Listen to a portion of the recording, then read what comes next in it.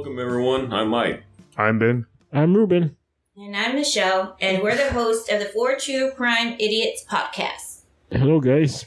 How you doing? Hello. Welcome back. Welcome back, everyone. Weekend going? My weekend's going good so far. Yeah. Mine too. It's hot outside. Yeah. Oh, no. Very hot. It's gonna be in the hundreds today again, or what? Yep. Maybe. No, I know 99. 99. It's gonna feel like it's 102. Mm-hmm. Summer sucks. Yep. It's not even summer yet. What case are we covering today, guys? Today we'll be covering the case of the boy in the box. Dude, this is a sad case. And no, that is a very sad case. Yeah. Let's talk about the case now. The boy in the box is an unidentified murder victim who was a 4 to 6 year old boy whose naked, battered body was found on the side of Susquehanna Road in Philadelphia, Pennsylvania on February 25th, 1957. He was found stuffed inside a cardboard box lying in a bassinet sold by J.C. Penney and covered in a blanket. He appeared to have been cleaned and freshly groomed with a haircut and trimmed fingernails, although he had been severely beaten, bruised, and malnourished. Poor dude. The body was covered with scars, some of which were surgical, most notably on his ankle, groin, and L-shaped scar under the chin. And his hair had been cut in an unprofessional manner as hair clumps were found on his body. Yeah, I've seen the body. You can see how the haircut was. How it was It was just like choppy. Oh yeah. Mm-hmm. And they put it on his body? It probably fell on his body. Yeah. Oh. And he had some in his hand too, I think. Yeah.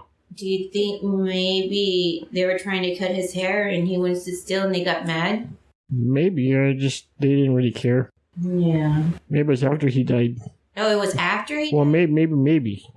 So they beat him up and they cleaned him up. Probably to maybe change his identity, his appearance. It's sad. Whoever did it. Hope they're rot in hell. He had like surgical scars on his groin. Oh, Did they further discuss that in any of the I the haven't details seen of it, the but case? I've heard about it. But then, what were they? Who knows? Who knows? What were they trying to do? And it is believed that the cause of death was homicide with blunt force trauma. The boy remains unidentified, as no one has ever claimed to recognize him. For this reason, he is also known as America's unknown child. The case remains unsolved and is still open. Oh, It's a long time ago. Yeah. Yeah. And to this day, well, who knows? Maybe they might find who did it, but Well, there was like a news piece, I guess you can call it, that it was like 5 months ago, Oh, and they said they were getting close to finding to identifying him. Oh, really? But Yeah. that was like 5 months ago. They still haven't. It's kind of. Did y'all hear about the recent case of the little boy they found in this Las Vegas suitcase? No. You know, y'all haven't heard that one? No. No. Well, I found it. I'm sorry. No, I read it through, when I was scrolling through Facebook. Oh. I forgot what website had put it on there, but Uh-huh. somewhere I forgot where they had found someone had found and the luggage itself looked like a brand new luggage, and it Yeah. had I guess it had to do with Vegas. I don't know what No. on there. Yeah. And they opened it up, and there was, I think the little boy was like 4 or 5 years old. He was stuffed in there. That sucks. Yeah. The body was first discovered by a young man who was checking his muskrat traps. And fearing that the police would confiscate his traps, he did not report what he had found. Man, Yeah, I heard he was more worried about the muskrat I traps. know, I didn't. They were illegal. he didn't want to get caught Yeah. with muskrats. His traps were more important. That guy's a moron. Which one? The one with the muskrat trap? Yes. Stupid muskrats. I know, They're right? not even real rats. Stupid. What do? You eat them or you with the fur or for the fur? Yeah, I was gonna say, what is he gonna do with muskrat? What the fuck is a muskrat anyway? Yeah, what is a muskrat? I was about to say something. Muskrats, I don't know. It's like some kind of a rat. Some kind of animal. And the beaver animal and the beaver family, It's just probably or smaller. the raccoon family. Some kind of animal. They showed a picture on it. It looks like one of those little. They showed a picture on it. Ferrets type Yeah. kind of. like that. Kind of like a ferret. It's a feral ferret, Ben. Just say it. Okay. Say that 3 times fast. A few days later, a college student spotted a rabbit running into the underbrush. Knowing that there were animal traps in the area, he stopped his car to investigate and discovered the body. It eventually emerged that he had actually been in the area spying on students at a nearby school. What a pervert. So he's being a pervert. So, So both guys didn't want to get caught doing their own. Illegal activity. illegal, I know, what a stoops. Stupid pervert. That was kind of like a dumb excuse. Knowing there was traps in there. I know, right? I'll do. I didn't want to go in because of the traps, and then when they discovered the body, oh, well, I was there, but you know, anyone ever to know that I was being a perv and I was looking at kids. Why was he spying on students? He's a pervert. Yeah. He was reluctant to have any contact with the police, but ended up reporting what he had found to the police. After he saw a news report about a 4-year-old girl that was missing, and it was then that he thought he had better call the police. The missing girl was found 1 week later and had died from starvation in an abandoned house. That's another sad case. Oh, wow. So he only called police because he saw that news report? Well, I guess he had some kind of dignity. Idiot. Pervert. So the 4-year-old girl, but she wasn't found in the same area, right? No. She was just, I think it was like another case. Yeah. Now we're going to talk about the investigation. The police received a report and opened an investigation on February 26, 1957. The dead boy's fingerprints were taken, and police at first were optimistic that he would soon be identified. However, no one ever came forward with any useful information. It's been like that for... How many years? A long time. Very long.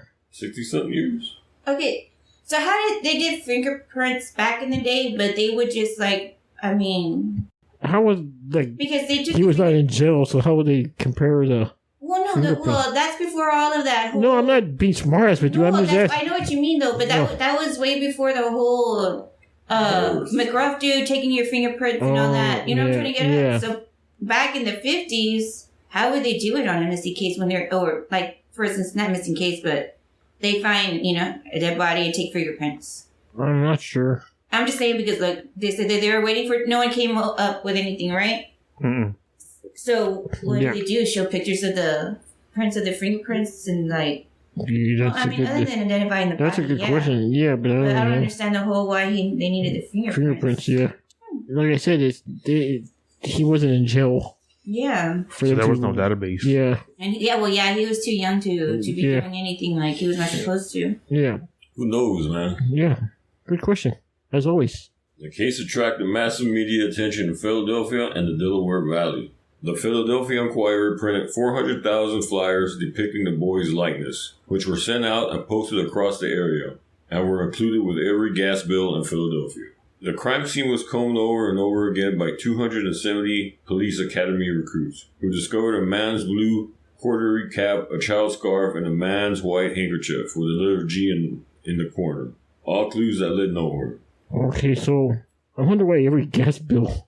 That what? They put it the picture on the gas. Oh, maybe that's how they spread word back then. Yeah. Right. That's It goes to every house. Maybe instead of just doing. Go ahead. I'm sorry. When did they start doing the milk cartons? I was just about that. Say, so maybe that was before the milk cartons. They put it on the bill. Maybe the 80s. Yeah, they did a milk carton. Right. So maybe this is their way of doing it. Yeah. Yeah, because everyone had gas, right? At that time, there was no electric or anything. Yeah. Okay, so they just described them. They didn't. Yeah. Oh, because there was no way back then to take pictures and. Well, maybe pictures. But I guess it was just too horrible to. Yeah, but he was badly beaten up. I think. Yeah. They even I don't know if we're gonna read about it later, but they even dressed him up like a regular kid, and they posed him to see if that would help.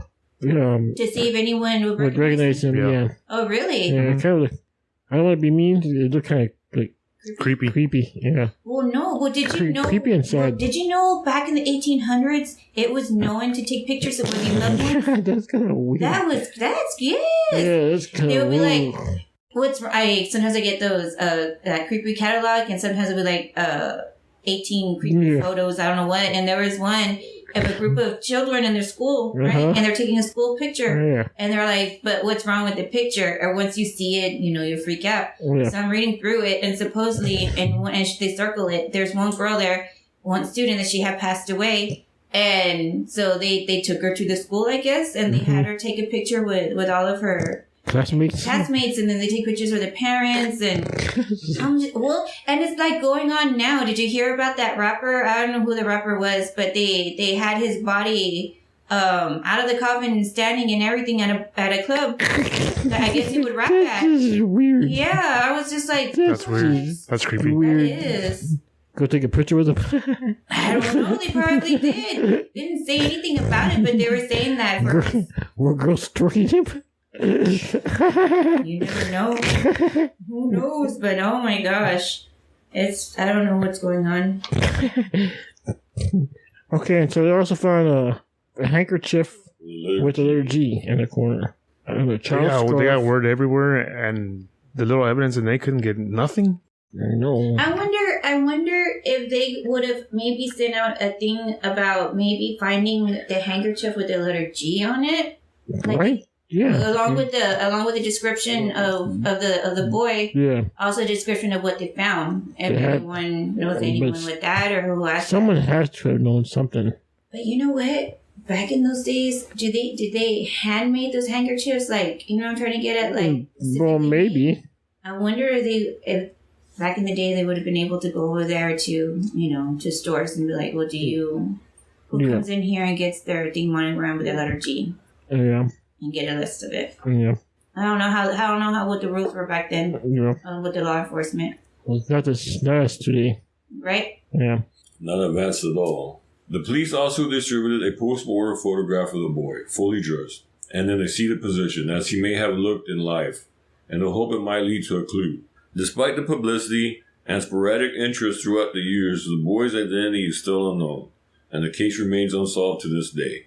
On March 21st, 2016, the National Center for Missing and Exploited Children released a forensic facial reconstruction of the victim and added him into their database. In August 2018, Barbara Ray Venter, the genetic genealogist who helped to identify the Golden State Killer using a DNA profiling technique, said that she was using the same method to try to identify the boy in the box. Amateur groups that use online databases such as the Dome Network and Whips Loose have also tried to identify him. It's just been hard trying to identify. Yeah. But someone has to know him. I'm sure someone does, but no one wants to talk about it. You know how back in the day, you know how it is. Even if a family member saw it, it's that, they're not going to get it through. You're going to keep it. Especially if he was in a weird-ass family, too. You know how they are. You know what I'm trying to get at? Mm-hmm. I just feel bad for him. I know. But yeah, like I said, they dressed him up post-mortem. Yeah. It didn't look right. It looked weird. It looks sad, yeah. It's a sad situation. But I'm glad they're using modern technology to try to identify them. I know. I hope they do soon. Mm-hmm. He needs what's a closure? Yeah. At least to know who he is. At least to put a name to the face. And they probably won't catch the people who did it. Yeah, they're probably they might be dead by now. Yeah. Yeah, they're all gone. Unfortunately. Too bad they didn't face justice. Let's get into the theories. Yes, many tips and theories have been advanced in the case. Although most of these have been dismissed, two theories have generated considerable interest among the police and media. They have each been extensively investigated. So the first one's the foster home theory.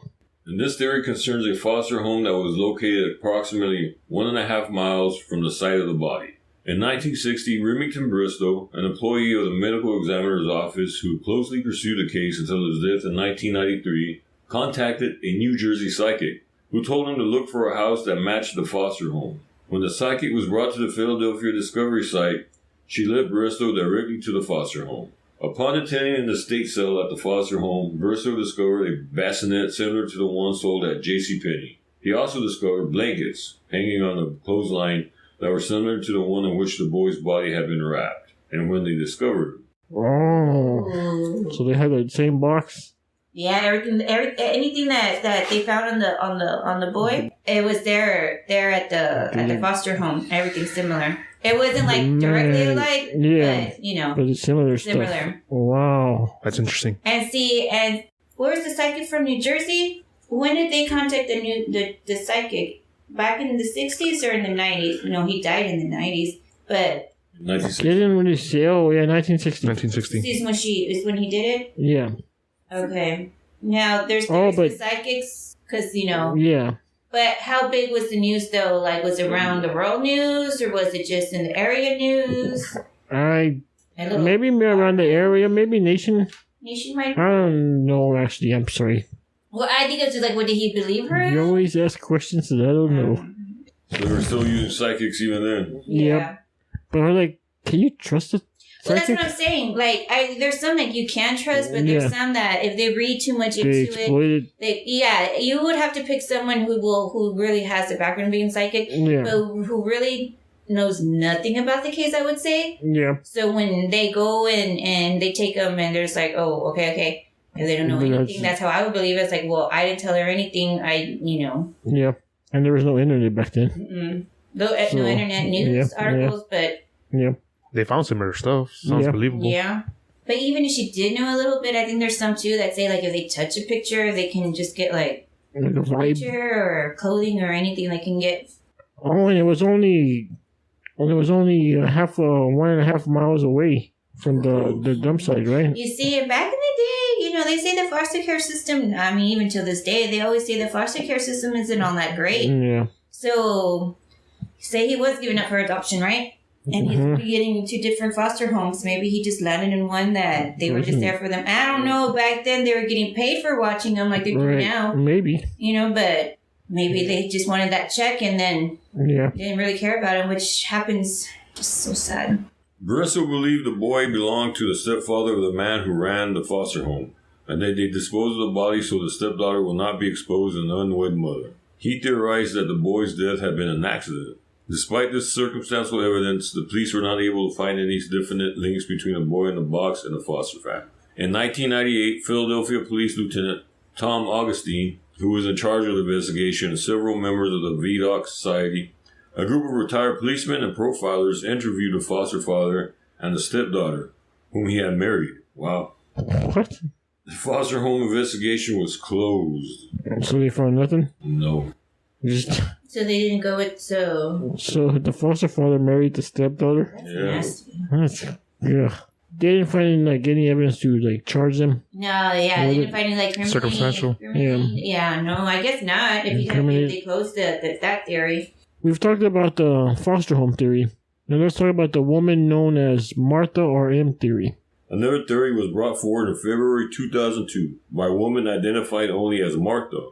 Police consider Martha's story to be plausible, but were troubled by her testimony as she had a history of mental illness. M claimed that her abusive mother had purchased the unknown boy, whose name was Jonathan, from his birth parents in the summer of 1954. Subsequently, the boy was subjected to extreme physical and sexual abuse for 2.5 years. One evening at dinner, the boy vomited up his meal of baked beans and was given a severe beating with his head slammed against the floor until he was semi-conscious. He was given a bath during which he died. These details match information known only to the police, as the coroner had found that the boy's stomach contained the remains of baked beans and that his fingers were water wrinkled. Oh, so he had baked beans in his stomach? Yeah. This theory is, so far it's going along with what happened to him, right? Yes.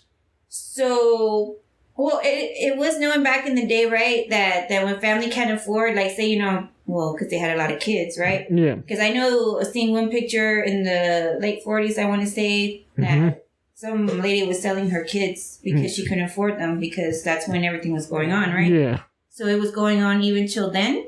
I guess. Maybe. Maybe are they just bad parents?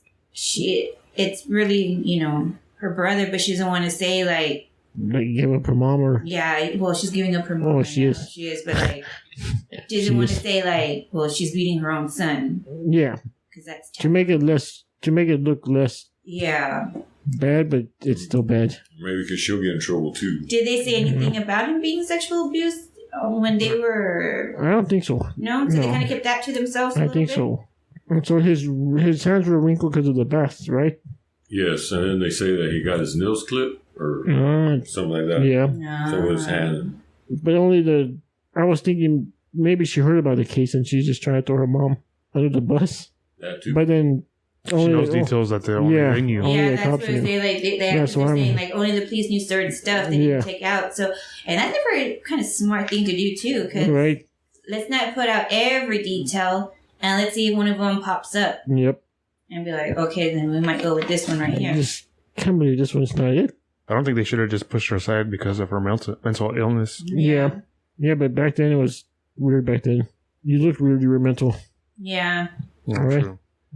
Different situation. Yeah, if different times. Different. Yeah, that's the thing. Even if you have simple limp, and all of a sudden you just have mental problems. The one with the limp. That's how they would describe you back in the day.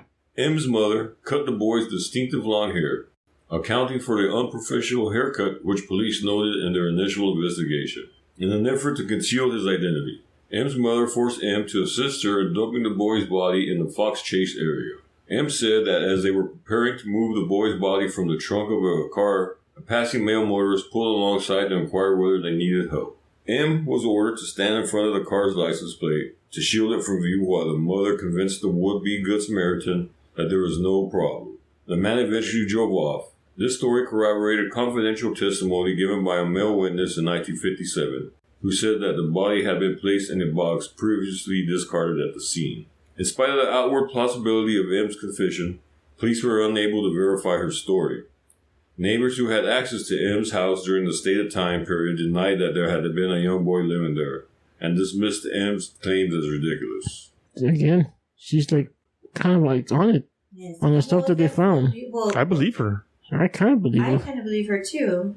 It's just, I don't know why they brushed her aside too fast. Probably because they thought she was crazy. Yeah. Yeah. Or maybe because nobody had seen Well, the boy. did they discuss? It wasn't mentioned like what was wrong with her, right? And why they thought she had mental this illness. is mental. That's just That sounds credible. Or maybe because nobody had seen the theories. boy. Huh? Nobody had seen the boy before. But if you're beating somebody, you don't want him to be visibly seen by anybody. Yeah. True. Could have done that. Yeah. Hid him away in the basement. Mm-hmm. In the attic. Yeah. She knows too much to just dismiss it. And there are other theories out there. Forensic artist Frank Bender developed the theory that the victim may have been raised as a girl. The child's unprofessional haircut, which appeared to have been performed in haste, was the basis for the scenario, as well as the appearance of the eyebrows having been styled. In 2008, Bender released a sketch of the unidentified child with long hair, reflecting the strands found on the body. In 2016, two writers, one from Los Angeles, California, Jim Hoffman, and the other from New Jersey, Luis Romano, explained that they believed that they had discovered a potential identity from Memphis, Tennessee, and requested that DNA be compared between the family members and the child. The lead was originally discovered by a Philadelphia man who introduced Romano and Hoffman to each other, and was developed and presented with the help of Hoffman to the Philadelphia Police Department and the Vidoc Society in early 2013. In December 2013, Romano became aware of the lead and agreed to help the man from Philadelphia and Hoffman to obtain the DNA from this particular family member in January 2014, which was sent quickly to the Philadelphia Police Department. Local authorities confirmed that they would investigate the lead, but said they would need to do more research on the circumstances surrounding the link to Memphis before comparing DNA. In December of 2017, Homicide Sergeant Bob Colmier confirmed that DNA taken from the Memphis man was compared to the Fox Chase boy, and there was no connection. So the theory was wrong then? Or not theory was wrong, but that lead didn't follow through? Because of DNA. Okay. There's another theory, which is called the Carney people theory. Yeah, I heard about that. Yeah. This is my first time hearing about it. Yeah, it's kind of new. Kenneth Dudley and his wife Adele Irene Dudley had 10 children together. Kenneth was a carnival worker, and in 1961, an investigation was launched into the family when their 7-year-old daughter turned up dead from malnutrition and neglect. They didn't bury her. Instead, they wrapped her in a blanket and placed her in the woods just off Route 1 near Lawrenceville, Virginia. The child had passed away on May 27, 1960, in Gary, West Virginia. In fact, not a single child they murdered was given a proper burial by them. They were all dumped or thrown in rivers. In total, the Dudleys killed 7 of their children through neglect and abuse. Kenneth was said to have beaten the children in fits of anger over little things. Irene was also known to abuse and neglect the children. It's not known what happened to the other 3 children they had, nor is it known what happened to the Dudleys after the trial. They were ruled out as the parents of the boy in the box, as the bodies of their 7 children were recovered. What the? Really? So they just killed their kids? Well, all their family. Having kids and you don't want to take care of them. Damn Carney people. I'm telling you, man. Never trusted. Wow. So they had 10, and out of the 10, they killed 7. Yep. But but how was that? Well, it's kind of they're trying to throw them into it with the way the first daughter was killed. Okay, I see. How she was wrapped up in a blanket. Yeah. And a box. I mean, hey. Well, not really a box. It was just not really a box. Maybe M's mom bought the little boy from these Carney people because, I mean... Well, maybe they travel, right? That's a possibility. Maybe. And maybe he was the way he already was. You know what I'm trying to get at? Yeah. You just died on him. You didn't know what to do. I mean, that's one theory you can go by. Yeah. But, I mean, I don't know because maybe it was their son, but they're just not owning up to it. Yeah. Because And what does it mean by they don't know what happened to the other three. Oh, after the trial? Yeah. So they were found not guilty? They were ruled out as the parents of AUC as the bodies of the third children were recovered. What is AUC? No, what happened to the Dudleys after the... Oh, I guess nobody knows if they got convicted or not. Because if you really think about it, how can you not report your child missing? Yeah. And then you keep having kids and they keep dying. I mean, I can understand like a pandemic was going on. That's another sad. Yeah, they would just kill him. So next we're going to talk about the burial. Yes. The boy in the box was originally buried in Potter's Field. In 1998, his body was exhumed for the purpose of extracting DNA, which was obtained from enamel on a tooth. He was reburied in Ivy Hill Cemetery in Cedar Brook, Philadelphia, which donated a large plot. The coffin, headstone, and funeral service were donated by the son of the man who had buried the boy in 1957. There was a significant public attendance and media coverage at the reburial. The grave has a large headstone bearing the words, America's Unknown Child. City residents keep the grave decorated with flowers and stuffed animals. Oh, that's nice, yeah. He deserves more than... Yeah. It's so sad that nobody knows who did it. Well, I mean, somebody knows who does it. Somebody knows, but they're not coming forward. They're not even around. Yeah. Maybe his siblings, if he had any. Can you imagine being a sibling and witness that and you can't say anything about it? I'm pretty sure now they could.